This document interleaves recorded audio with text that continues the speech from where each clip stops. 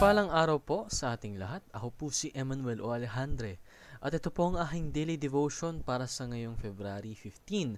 And for today, we are going to tackle kung mahirap nga bang maintindihan or intindihin ng Bible.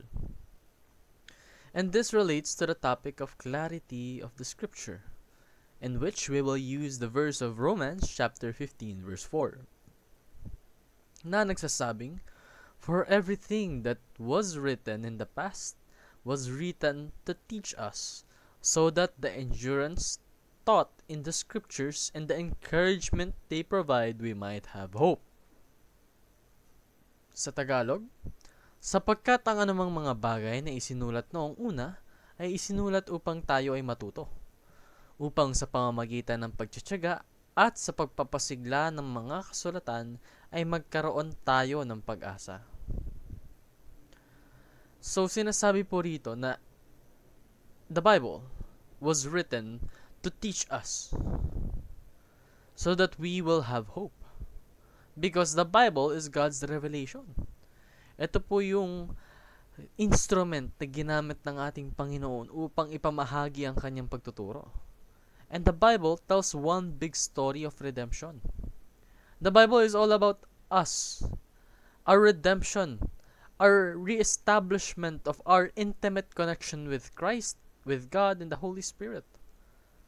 Therefore, the Bible is sufficient for all our spiritual needs. Yung Biblia lang po, the manual, the book of life, is the only thing we need. And it is sufficient enough for us to learn, for us to establish what we should do in this world as believers of Christ.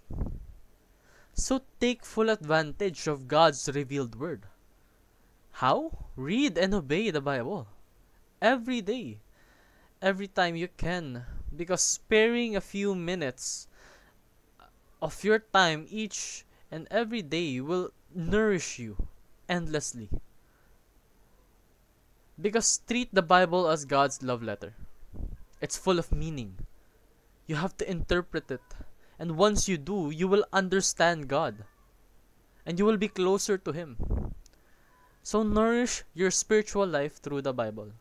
Yun naman po ang aking daily devotion. Maraming salamat sa pakikinig. Pagpalain po tayong lahat and let us all give glory to God.